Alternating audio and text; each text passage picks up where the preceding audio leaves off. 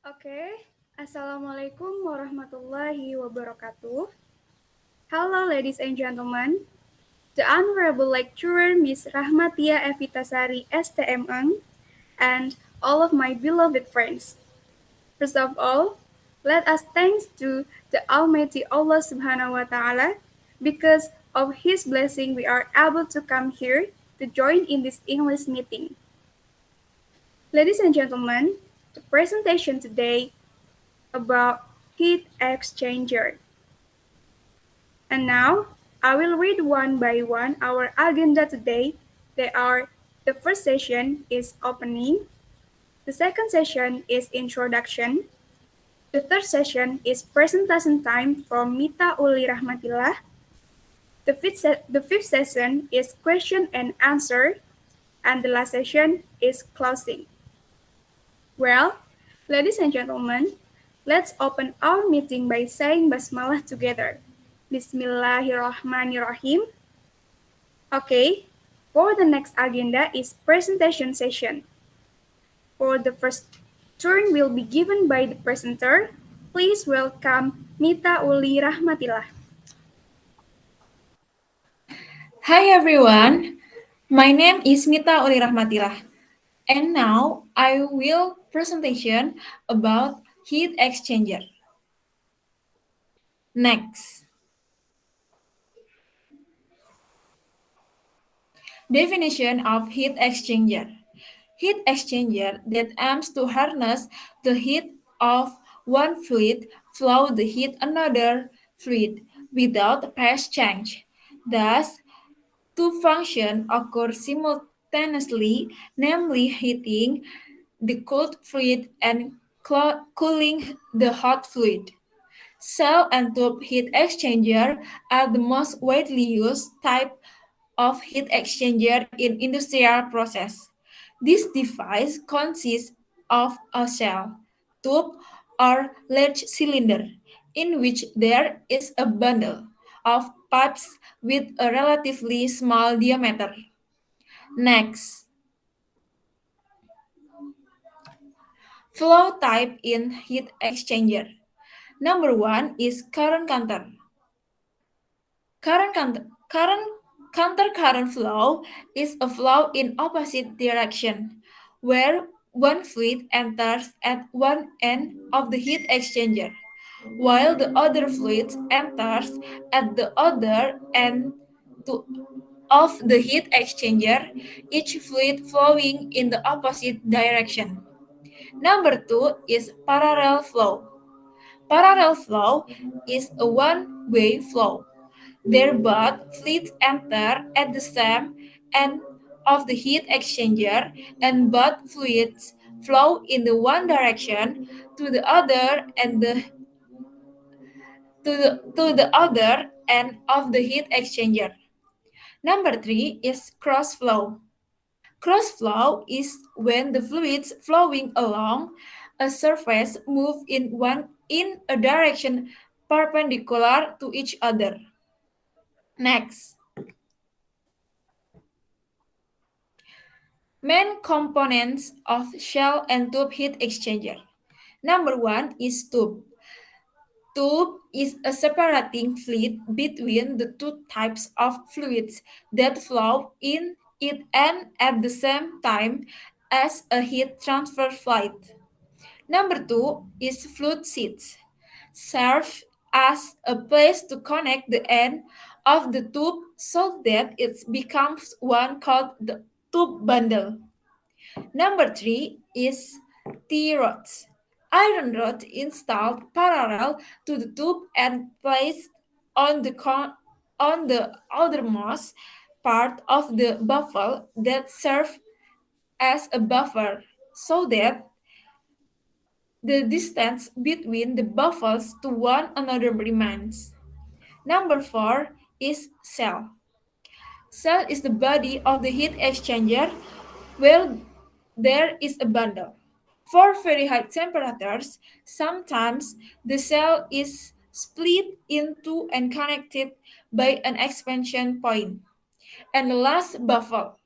Baffle aims to create fluid flow turbulence in both cell and tube and increase residence time. But baffle installation will increase the operating pressure drop and increase pump workload. So the heat exchange fluid flow rate must be regulated. Next, working principle of heat exchanger. The working principle of heat exchanger is to transfer heat from two fluids at different temperatures where heat transfers can be one direct and indirect. By direct contact, heat transferred between hot and cooled fluids through a direct contact surface at means at means that there is no wall between the two fluids. Heat transfer that occurs through the interface of or connector between the two fluids. Number two is by indirect contact heat. Transfers occurs between hot and cold fluids through the dividing wall. In the system, both fluids will flow. Next,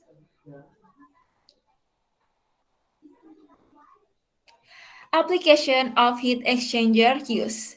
Number one, steam or gas turbine oil. Number two, hydraulic oil. Number three, lube oil console. Number four, bearing oil. Number five, jacket water. Next, and this is a heat exchanger mechanism. Next,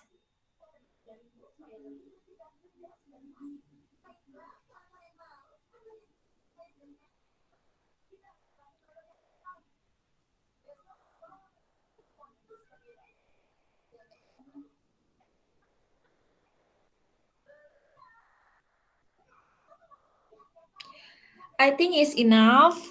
Uh, I will. I will. Ka.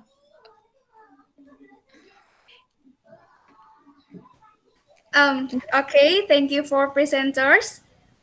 Well, ladies and gentlemen, now we are come to the question and answer session. Please raise your hand or comment, and don't forget to mention your name before giving the question. Any question maybe?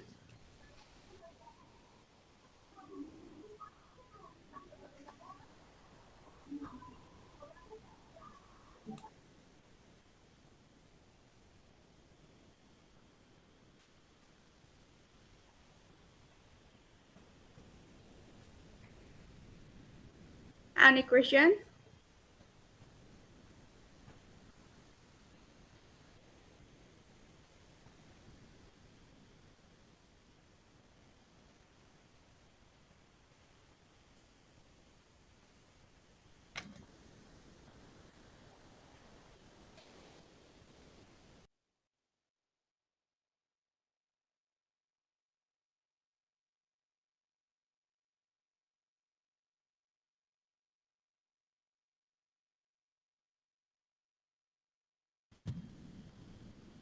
Please raise your hand or comment, and don't forget to mention your name before giving a question. Any question?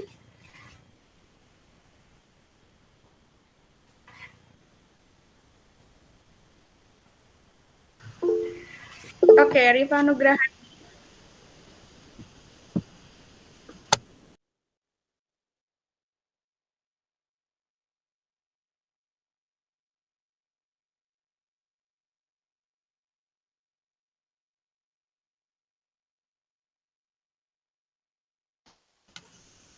Uh, what are the difference between counter current and parallel flow type?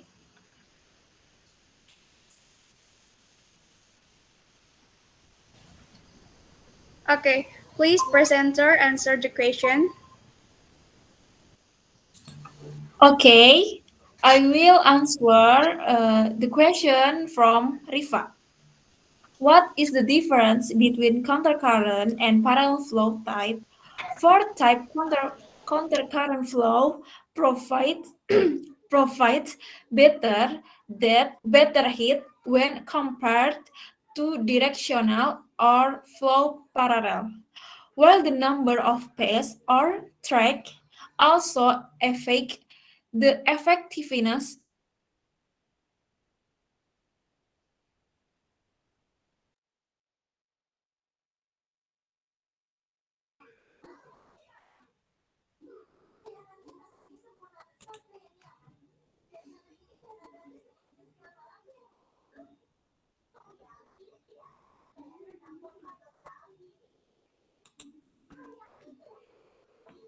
Any question?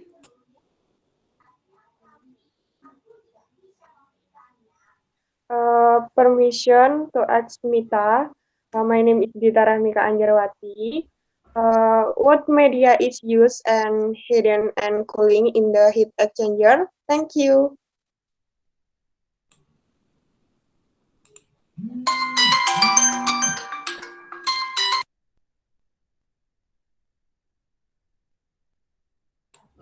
Okay, I will answer a question from Dita Rahmika.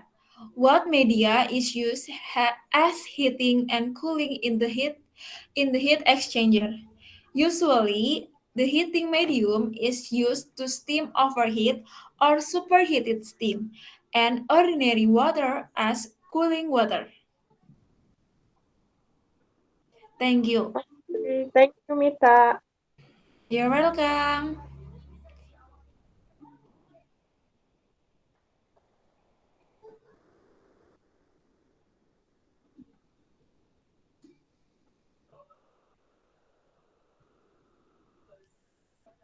Okay, Dela, you can show your question. Okay. Is there a difference in the use of tube seats for each type of tube in the heat exchanger? Thank you. Okay. I will answer the question from Dila. Is there a difference in the use of tube seats for each type of tube in the heat exchanger? Heat exchangers with tubes straight generally use two tube seats, while the tube U types use a single tube seats that serve to unit the tubes into a tube bundle and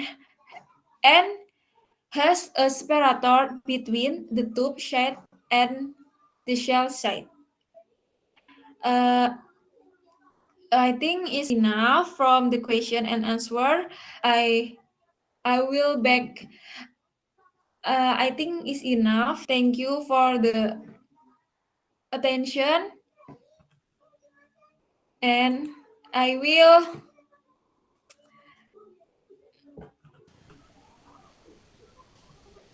Okay. Maybe the question is enough for us now. Finally, we are come to the last agenda.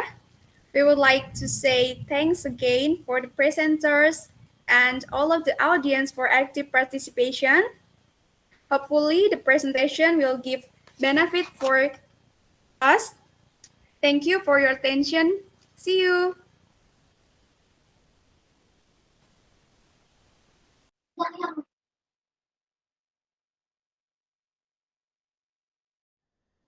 Okay, ladies and gentlemen,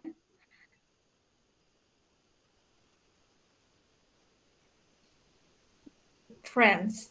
First of all, let us thank to the Allah Subhanahu wa Ta'ala because of His blessing we are able to come here to join in this English meeting.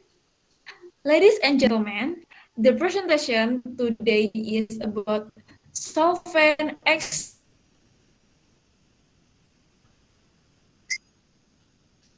extraction. Now, I will read one by one our agenda today. That are the first section is opening. The second section is introduction. The third session is presentation time from Riva Nugrahaini. And the fifth and the and the fifth section is question and answer session. And the last session is closing. Well, ladies and gentlemen, let's open our meeting by saying Basmalah together. Bismillahirrahmanirrahim. Thank you for the next agenda is presentation session. For the first turn will be given by the presenter. Please welcome Rifanu Grahaini. Okay guys, Assalamualaikum warahmatullahi wabarakatuh. I would like to say thank you for coming to my presentation. It is great to see you all. My name is Riva Nugrahaini, NIM 19002000I6. Okay guys, in the presentation, I will discuss of solvent extraction. Next. Okay, meaning solvent extraction is the process of separating a component from a mixture based on the distribution process of two kinds of solvent that do not mix with each other. Solvent extraction, or also called liquid-liquid extraction, is the best and most popular separation method. Okay, next. Purpose of solute extraction. Technique is very useful for fast and clean separation, for both organic and inorganic substance, for macro and micro analysis. In addition to chemical analysis, extraction is also widely used for preparative work in the field or organic, biochemical, and inorganic chemically in the laboratory. Based on the type of sample to be extracted, chemical separation use extraction is divided into two, namely liquid-liquid extraction, known as solvent extraction, and solid-liquid extraction, known as Sokolek extraction. Next. Solvent extraction characteristic. One, using a simple and fast method, and generally related to determinant of the composition, structure, and property of the compound to be separated. Exact type, concentration of the element being separated, and temperature. Next.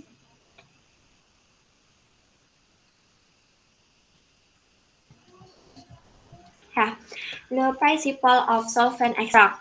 The principle of the method is based on the distribute of solute in a certain ratio between two immigrable solvent, such as benzene or carbon tetrachloride or chloroform. Extraction can be occurred or continually or gradually. Stepwise extraction is enough to do with a sparing funnel, and the mixture of the two solvents is included by means of a separating funnel, the layer with density, the lighter being on the top layer. Next.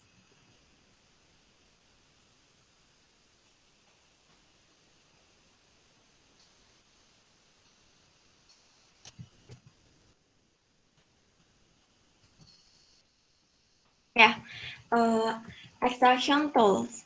Number one is number one is separation funnel. Separation funnel is spread the extract with raffinate.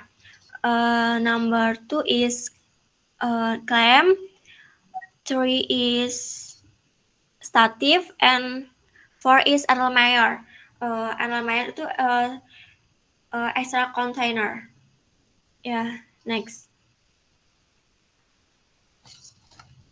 Yeah. Extraction mechanism. In general, the extraction mechanism takes normally one formation on uncurved complex. The process is the most important process in extraction. Uncurved complex can be formed through to solvent process as well as the formation of shelters in extraction by solvent process. The complex format can be either cation or anion. Number 2, distribution of the extract complex. And the second important step in the extraction mechanism is the dispersion of the extract substance into the solvent. The solubility of the complex format is determined not only by the distribution coefficient but also by the activity of the solute is both solvent. Number 3, interaction in the organic phase. And the interaction in the organic phase with affect the concentration of the complex in the organic phase, and will affect the level of extraction products. Extraction by solvent mechanism, for example, at relatively large concentration, polymerization in the organic phase and occur and take place rapidly. Next. Thank you for attention, and I will return to the moderator.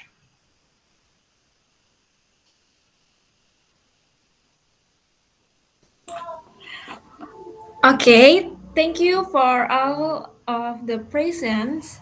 Well, now we are come to the question and answer section. Please raise your hand and don't forget to mention your name before giving question. Okay? Any question maybe? Okay, Francisca Devi. Okay, thank you. Hello, my name is Francisca Dewi, and I will to ask about why is solvent extraction relatively simple? Okay. Why is solvent extraction relatively simple, right? Because solvent extraction only use simple tools and the separation process run fast. Yeah.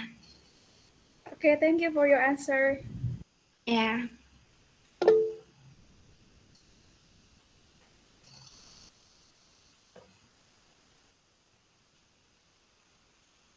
Okay, permission to ask Rifa. My name is Dita Rahmika Anjarwati. From the image of the extraction tool, how can the result of the extraction and raffinate be distinguished? Thank you. Okay, good question, Dita. My answer is the result of the extract with raffinate can be distinguished after the process of shaking in the separation shaking the extract solution in the separation funnel to the inside will form raffinate at the top and extract is the bottom. Yeah. Okay, thank you, Yeah. Yeah, Dela. Okay, my name is Diratinanda. I want to ask about how to choose a good solvent for extraction. Thank you. Okay.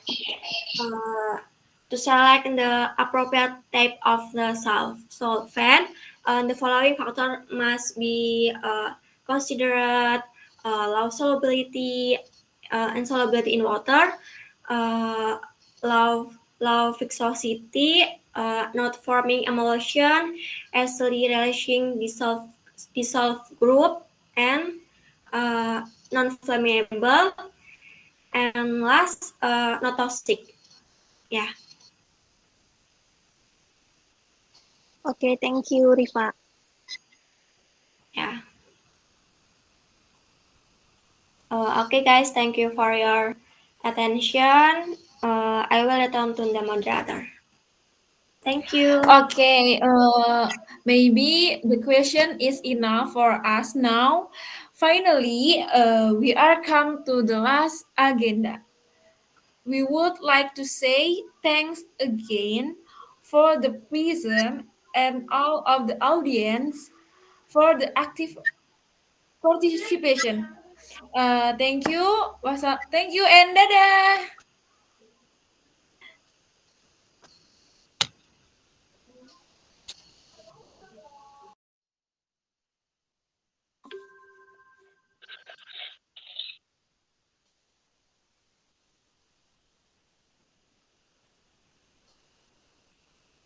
Hello, ladies and gentlemen. The Honorable Lecturer Miss Rahmatia Evitari and all of my beloved friends.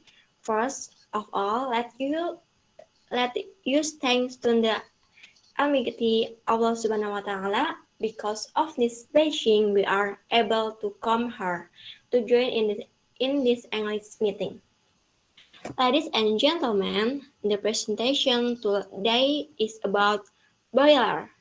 Now, I will read one by one of agenda today that are: the first session is opening, third session is introduction, the third session is presentation time from Dita Rahmika Anjarwati, the fifth session is question and answer session, the fifth session is closing. Well, ladies and gentlemen, let's open our meeting by saying Basmalah together. Bismillahirrahmanirrahim. Thank you. For the next agenda is presentation session. For the first turn will be given by the president. Please welcome Dita Rahmika Anjarwati. Okay. Assalamualaikum warahmatullahi wabarakatuh. First, let me introduce myself. My full name is Dita Rahmika Anjarwati. You can call me Dita. Here I will discuss the material about the boiler. Next.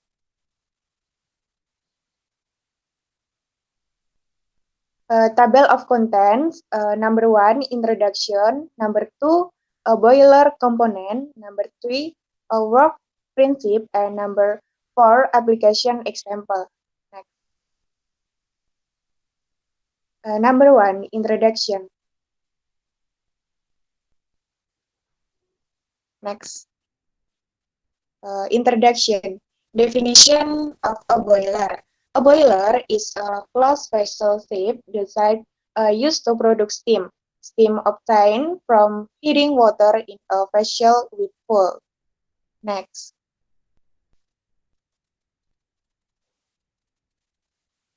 The function of the boiler.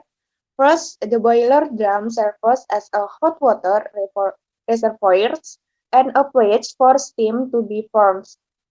This drum holds saturated steam and water in a ratio between 50% water and 50% steam. Second, the superheated server as a steam drying area. because the steam coming from the boiler drum is still wet, so it cannot be used. 3. Economizer sulfur to absorb heat from the combustion gases after passing through the superheaters.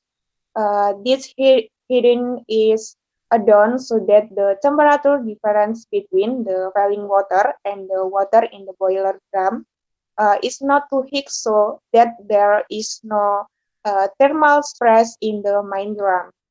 And fourth, a steam air heater serves to heat the air used to below the food that it can burn comfortably. Next.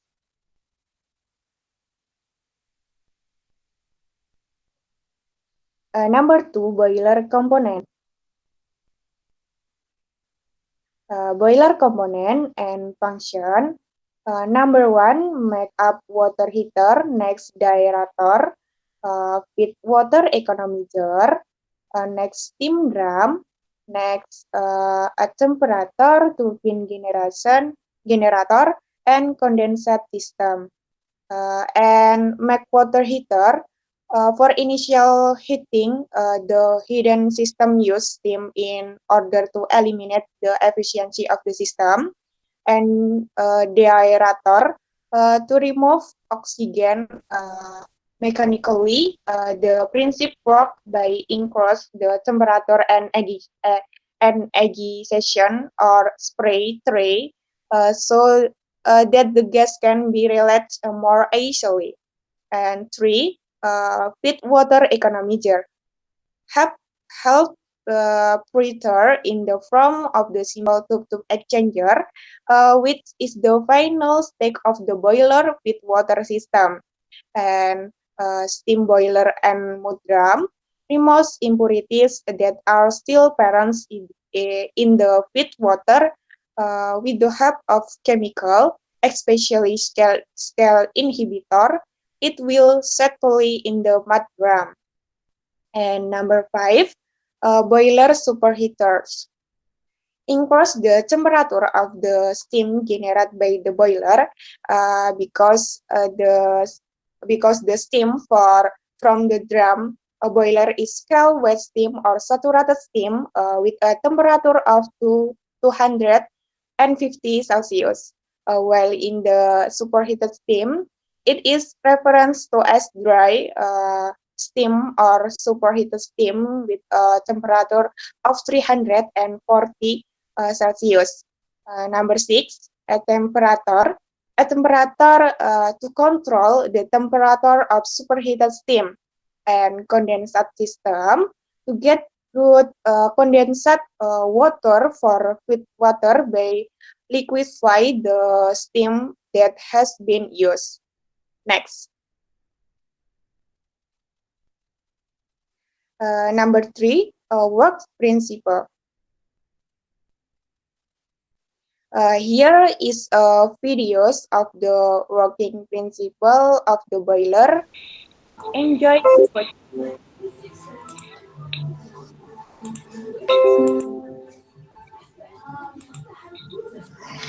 Today's boilers, as they have been since their origin. Today's boilers, as they have been since their origin, involve the complex production and manipulation of steam. The forced draft fan blows air into the system. A portion is routed to the pulverizers, which crush coal into a fine dust before pushing the mixture up through feeder tubes. The other portion passes through an air preheater, which transfers heat from the exhaust gases to the incoming air, raising the air temperature, reducing moisture, and producing a cleaner burn. The hot forced air and coal dust converge in the wind box, where the mixture is blown out through burners and ignited inside the firebox, transferring radiant heat to the water-filled tubes. The hot gases flow upward, heating the rest of the system through convection, before passing through the air preheater and ultimately flow into the scrubber, where pollutants are removed. Liquid water is pumped into the system at the economizer. Gradually, it's heated to base temperature before gathering at the steam drum, the system's main distribution hub for circulating water and steam through the boiler. Liquid water flows through large tank covers and into the base of the firebox. A network of 2-inch tubes line the firebox walls, and burners force feed a continuous supply of combustible fuel into the ultra-hot firebox. Eventually, the insides of the firebox burn so hot that its surrounding steel walls would melt if not for the tube-lined walls of liquid water. At the point in the cycle when the liquid water turns to steam, the steam separates and collects at the top of the steam drum. Because this saturated steam still contains small amounts of liquid water that would cause corrosive damage to the turbine, the saturated steam is routed back into the firebox and through superheat to burn off all but the smallest traces of liquid water. This dry, superheated steam then exits the boiler, passing through a steam locker and ultimately providing power to the spinning turbine, which generates electricity. Finally, exhaust steam, now at a lower temperature and pressure, is sent back to the boiler through a dedicated reheat stage. This reusable steam is brought back up to operating temperature before returning to the turbine, providing additional power through a secondary stage.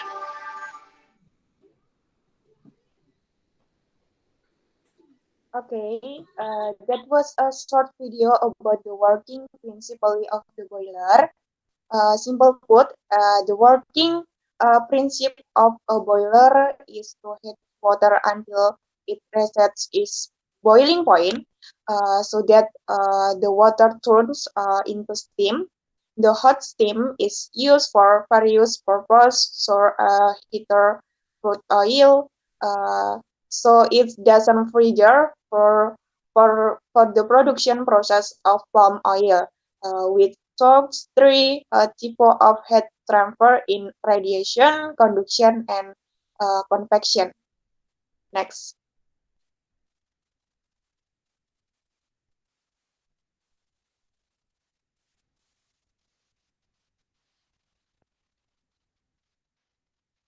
Number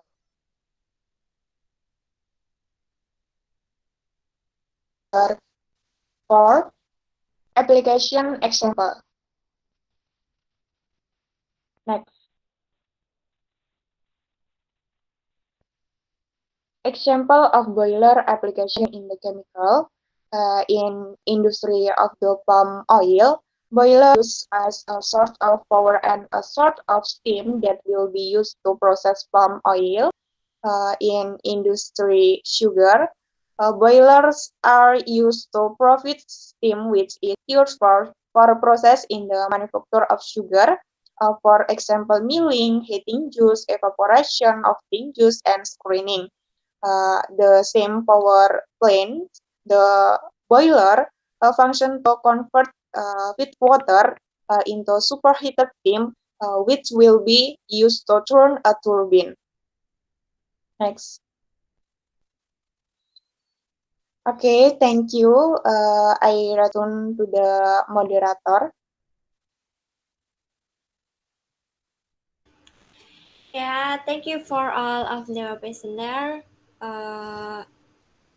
Please raise your hand or comment and don't forget to mention your name before giving a question. Yeah, Dela. Okay, thank you. I want to ask about. My name is Diatana Gusri. I want to ask about what type of boilers are used the chemical industry. Thank you. Any question? A good question. I will answer question from Bella Trinanagiri. Type of boiler based on fuel, type gas, type fire boiler oil, type fire boiler LPG, type boiler electric, and boiler biomass, and type of boiler based on the type of tube, boiler fire tube, and boiler water tube.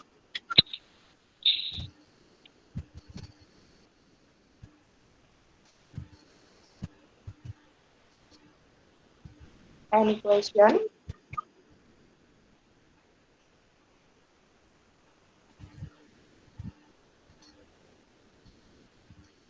Ya, Cika. Okay, thank you. I want to ask, does the boiler... Oh, sorry. My name is Francisca Dewi. I want to ask, does the boiler need equipment maintenance? If so, what is the purpose? Okay. Yes, the boiler has equipment maintenance fee. If so, what is the purpose? Uh, Absolutely, naturally, the purpose of maintenance on boiler is to increase production capability, main production quality without disrupt the smooth running of production, keep boiler working safely, and ensure operation reading of all equipment needed in an emergency at any time.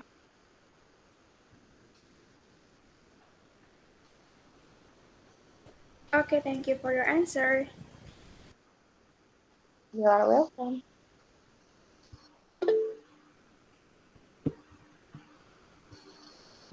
Ya, Mita. Okay, my name is Mita Uli Rahmatila. I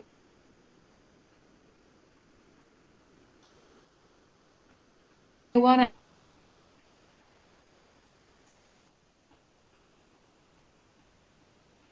ask, in the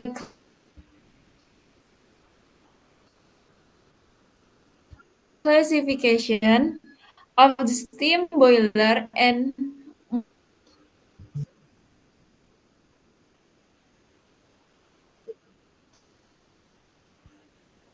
work, can you hear me? Yes, I will answer the Okay. Kita. So, from the pit water, it enters from boiler component, namely that steam, drum, and drum. Pit water enter the steam drum boiler because the temperature is lower than the water in the boiler. As the pit water drop down to the drum, impurities that are still present in the pit water.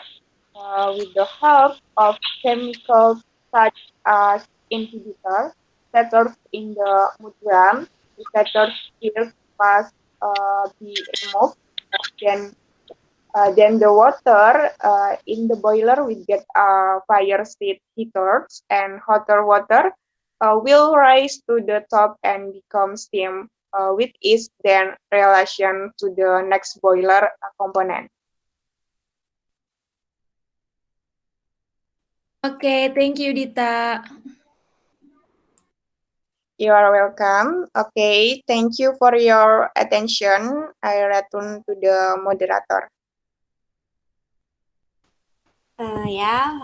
Maybe the question is now for us now. Finally, we are come to the last agenda. We would like to say thanks again for the presentation and all of the audience for active participant. Okay, see you guys.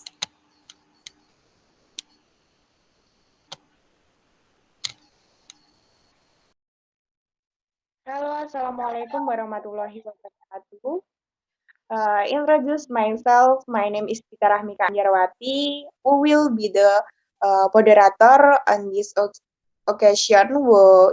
Inshallah will guide the presentation of begins to end. The Honorable Lecturer, Miss Rahmatia Evitasari. Ladies and gentlemen, and the presentation today is about absorption. Okay, on this occasion, the city will listen to the material delivered by Dela Trinada Gusri. Please your listen. If you have any question, please ask at the end of the presentation. Let's open our meeting by saying Bismillah together. Bismillahirrahmanirrahim. Then I invite Dela Trinada Gusri to convey the material. Okay, thank you, Dita. Hello guys, thank you for joining to my presentation today. Okay, before starting my presentation today, let me introduce myself. My name is Dela Trinanda Gusri. Well, guys, in this presentation, I will discuss about absorption. Okay, next.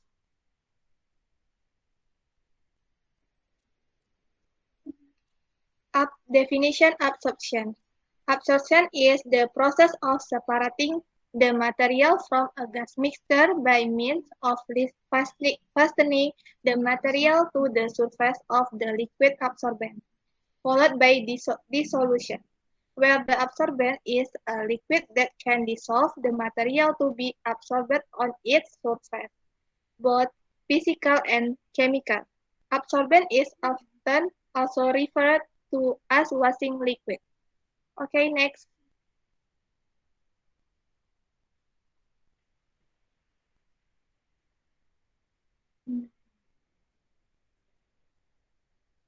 Next.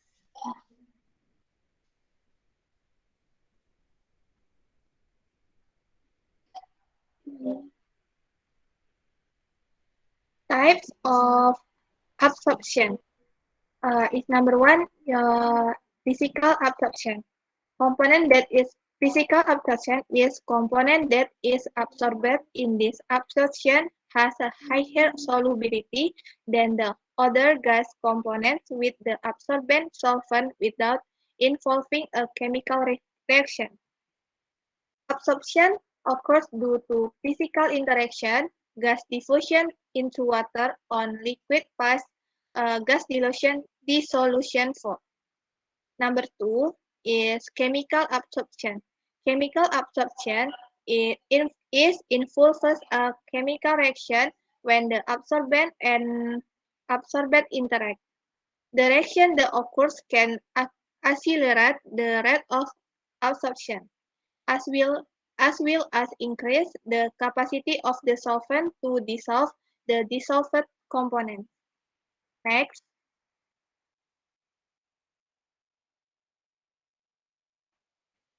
Absorption device. Number one is absorber. Tools used for the process of absorption of gas whether by all parts of the liquid as absorbent. Number two is stripping, namely the operation of solute separation from the liquid phase to the gas phase by contacting the liquid containing the solute with the gas solvent that does not dissolve into the liquid phase. The liquid using a stripper. Next. Working principle of absorption. Air containing dissolved components is carbon dioxide is flowed into the column at the bottom. Water flow from above when air and when water meet in the column. There will be bottom. There will be mass transfer. By assuming that air is insoluble in water, only carbon dioxide gas moves into the water phase. The lower you go, the more carbon dioxide rides the water flows, and the higher the air flow, the poorer the CO2, carbon dioxide. Next. In the picture is column absorption. A column or absorption column is a column or tube where the absorption process occurs from the substance that is placed in the column or tube. Working principle of the absorption column is the absorption column. An absorption column is a column in which substance different phases flow in opposite direction, which can cause chemical components to be transferred from one liquid phase to another. Occurring in almost every chemical reactor, this process can be in the form of gas absorption, distillation, dissolving which occurs in a chemical reaction, and the gas mixture, which is the output from the reactor, is fed to the bottom of the absorber tower. Inside the absorber, there is contact between the two phases, namely the gas phase and the liquid phase, resulting in the functional mass transfer in the gas feed from the bottom of the tower in the solvent water sprayer, which is fed from the tube of the tower. This absorption event occurs in a column containing packing with two levels. The outlet of the absorber in stack I contains a solution of the introduced gas. Next.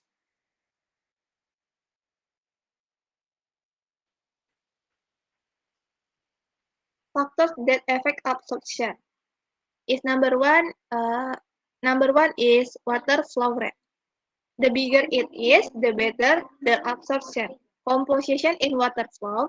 If there are compounds capable of reacting with carbon dioxide or natrium hydroxide, then the absorption is better. Number two is operating temperature. The lower the operating temperature, the better absorption. And number three is operating pressure. The higher the operating pressure, the better the absorption to a certain extent. Above the maximum pressure, absorption is worse. And the last is gas flow rate. The greater the gas flow rate, the worse the absorption. Next.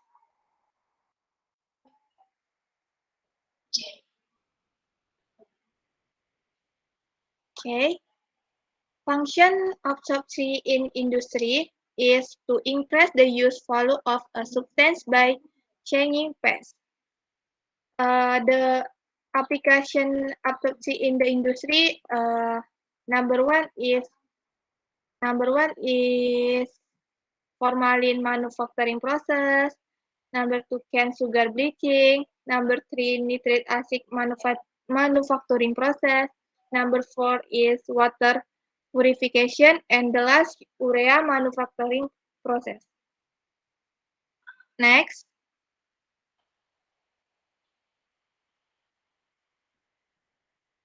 Okay, thank you so much. I will return to the moderator. Okay, the material present by Dila Trinanda Gusri is very interesting. For those of you who want to ask question, please limit me to 3 questions. Any question?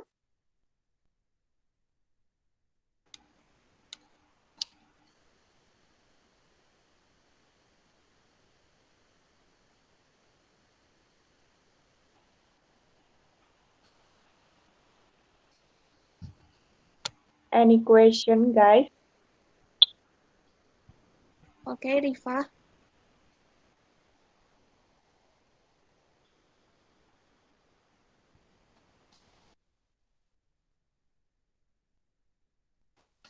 Okay, thank you. I have some question for your presentation. What is the difference between physical absorption and chemical absorption, and give an example? Okay, I will answer. My answer is physical absorption is absorption where the dissolved gas in the absorbent liquid is not accompanied by a chemical reaction. For example, the absorption of H2S gas with water.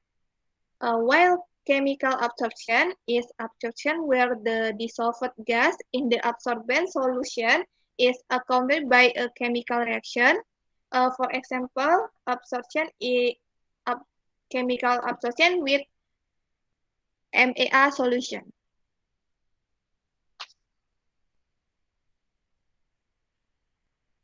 Oh, okay, thank you, Dela.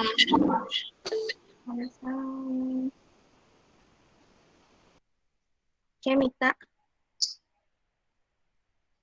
Okay, my name is Mita Uli Rahmatillah, and I want to ask, how is the absorption process in formalin manufacturing process? Okay, thank you, Mita. I will ask. I will answer. Sorry.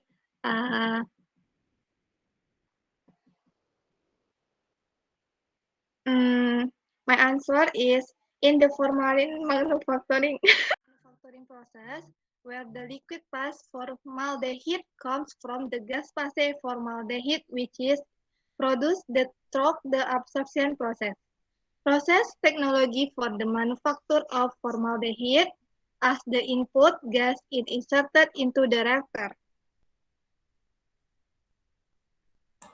The output from the reactor in the form of gas having a temperature of 182 Celsius is pulled in the condenser to a temperature of 55 Celsius, which is fed into the absorber. The output from the absorber at level 1 contains a formalin solution with a formaldehyde content of about 37. Most of the methanol, water, and formaldehyde are condensed in the lower water cooling section of the tower, and nearly all of the removal of residual methanol and formaldehyde from the gas occurs at the top of the absorber by countercurrent contact with the process water. Okay, thank you, Dela. Yeah. Any question?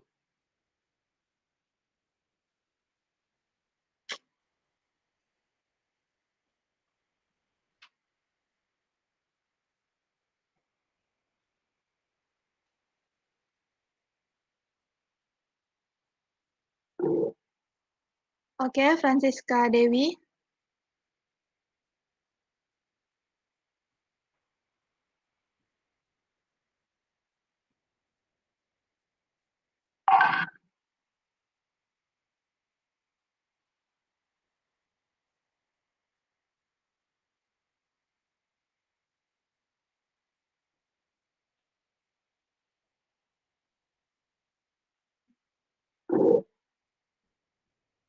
Okay.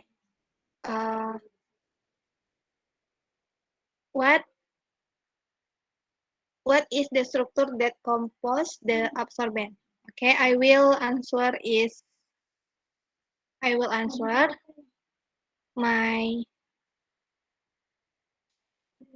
structure contained in the absorber column is divided into three parts.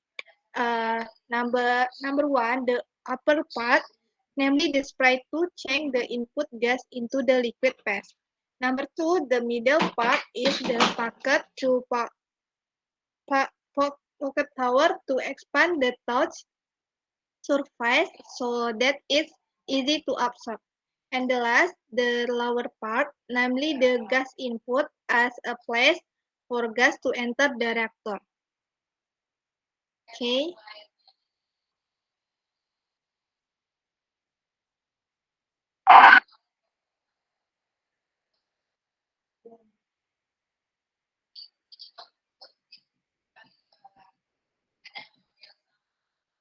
So that is end of our presentation today. Thank you so much for your attention, and I will return the moderator. Okay, maybe enough for the question.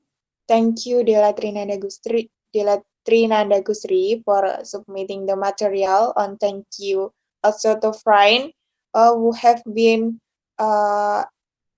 participant in asking question. I hope what Dela convey can be useful for all of us. I'm sorry if I, as a moderator, many mispront communication on our action. Thank you. See you on the next time. Wassalamualaikum warahmatullahi wabarakatuh. Waalaikumsalam warahmatullahi wabarakatuh. Bye-bye.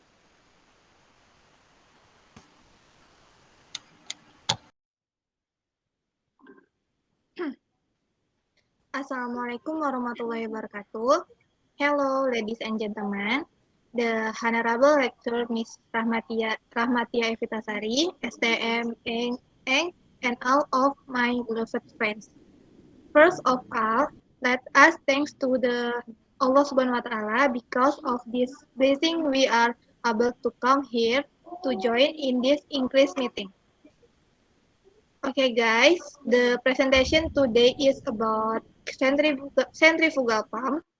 Now, I will read one by one our agenda today that are the first session is opening, the two session is introduction, the third session is presentation time from Francisca Dewi, the fifth session is a question and answer session, and the last session is closing. So, ladies and gentlemen, let's open our meeting by say Basmalah together.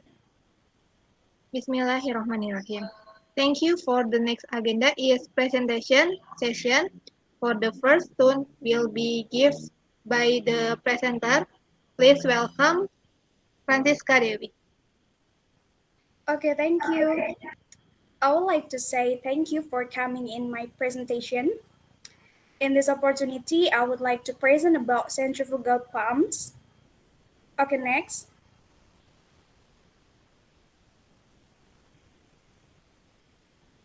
In this opportunity, I'm sorry, before entering the presentation session, I will introduce myself. My name is Francisca Dewi with the name 19000020097. Okay, next. These are talking points for the first definition of centrifugal pumps, second centrifugal pumps component, the third centrifugal pumps working principle, the fourth centrifugal pump sealing system, and the last centrifugal pumps application in industry. Okay, next. Okay, did you know what centrifugal pumps?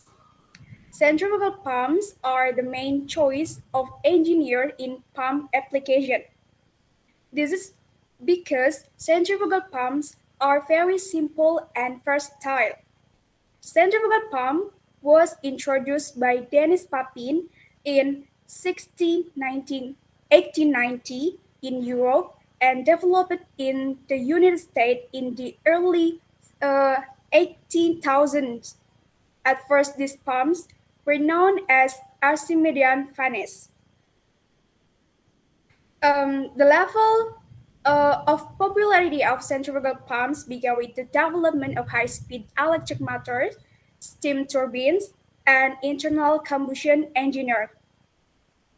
What centrifugal pumps?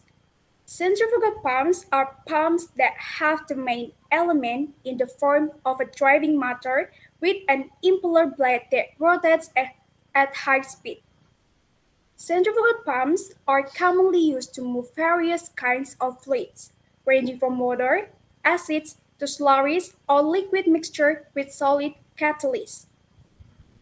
High-speed centrifugal pumps and the development of high-speed drives have allowed the development of more efficient pumps. In addition, the centrifugal pump has a simple design, so the centrifugal pump is most widely used in the chemical industry. Okay, next.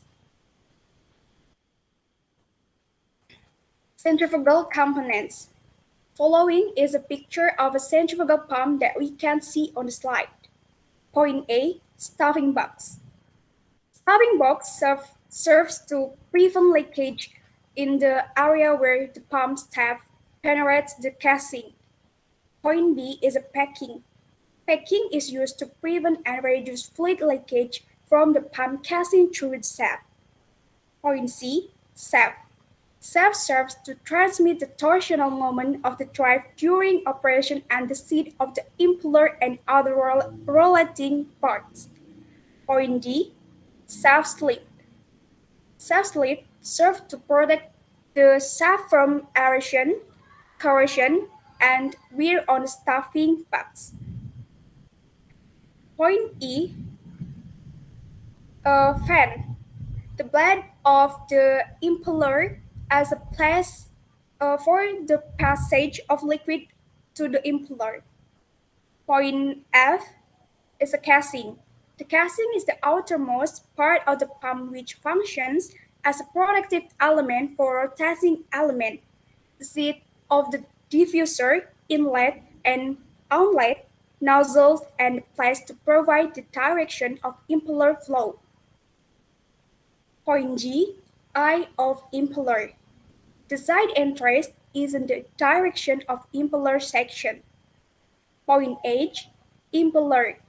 The impeller functions to convert the mechanical energy of the pump into velocity energy in the continuously pumped liquid.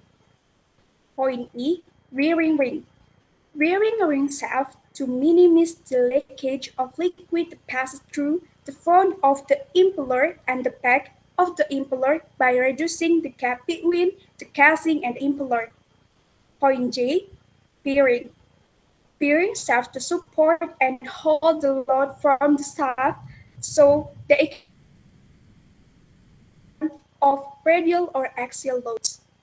And the last point K, discharge nozzle, serve as a place for fluid to flow out after the impeller.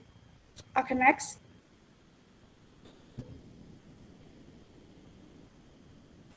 The impeller is divided into three types that are, for the first, closed impeller. Closed impeller is an impeller whose plates are closed by two walls either behind or in front of and of the table of the blade. This type of pump is suitable for fluids with very little dirt. And the second type, semi-open impeller. This type of impeller is open at the front but closed at the back. This type of pump is used for liquids that contain small amounts of impurities. And the last, open impeller. This impeller is open at the front and the back. This pump is used for pumping fluids that contain high levels of impurities. Okay, next. How does a centrifugal pump work? The working principle of a centrifugal pump is to change the mechanical energy of the propulsion device into fluid kinetic energy, or velocity.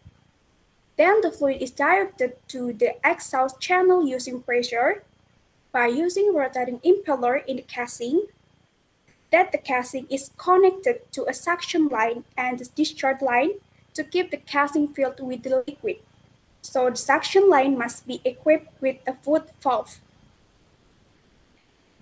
Okay, to be clearer on how the working principle of a centrifugal pumps, we can see the following videos. In these videos, we will have a conceptual overview of centrifugal pumps. At the heart of the system lies the impeller. It has got a series of curved fans with inside chute plates. The impeller is always immersed in water. When the impeller is made to rotate, it makes two fluids surrounding it also rotate. This imparts centrifugal force to the water particles and the water moves radially out. Since rotational mechanical energy is transferred to the fluid at discharge side of the impeller, both pressure and kinetic energy water will rise. At the suction side, water is getting displaced, so a negative pressure will be induced at the eye. Such a low pressure helps in sucking fresh water stream into the system again, and this process continues. This is the reason why priming is important for centrifugal pumps. If no water is present initially, impeller is fitted inside the casing. Impeller is fitted inside the casing, so the water moving out will be collected inside it and will move in the same direction of rotation of impeller to the discharge nozzle. Okay, stop.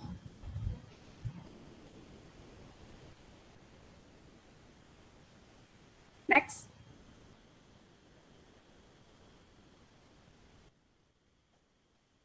Centrifugal pump sealing system. There are two types of seals. There are, for the first, static seals and the second, dynamic seals. Static seals are used where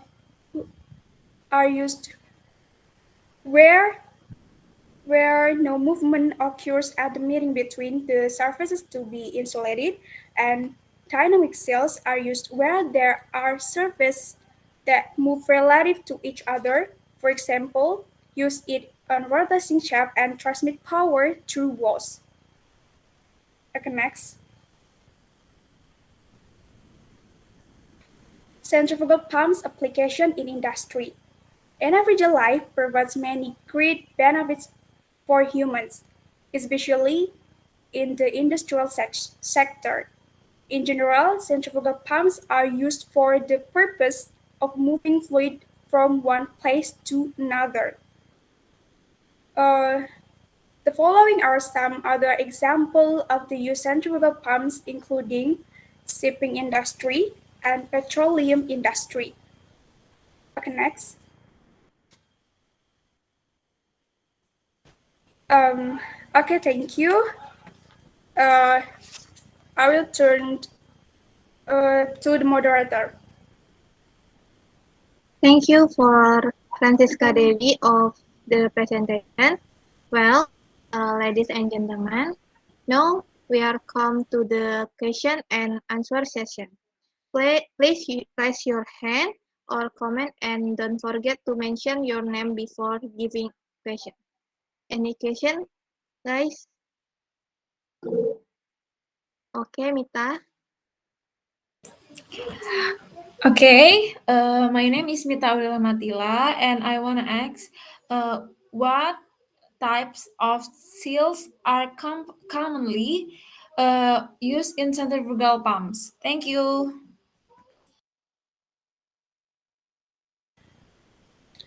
Okay, thank you for your question. I will try to answer question about for the question. Uh, the answer is the type of seal commonly used in centrifugal pumps is a dynamic seal type because the insulated joints move relative to each other.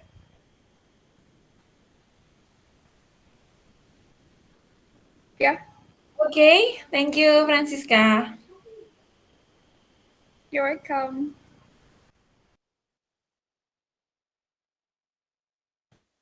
Any question?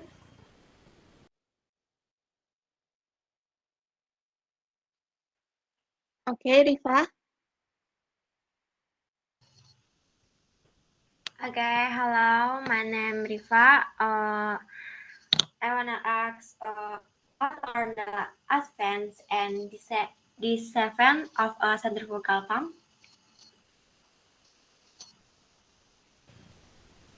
Okay, thank you. I will try to answer question.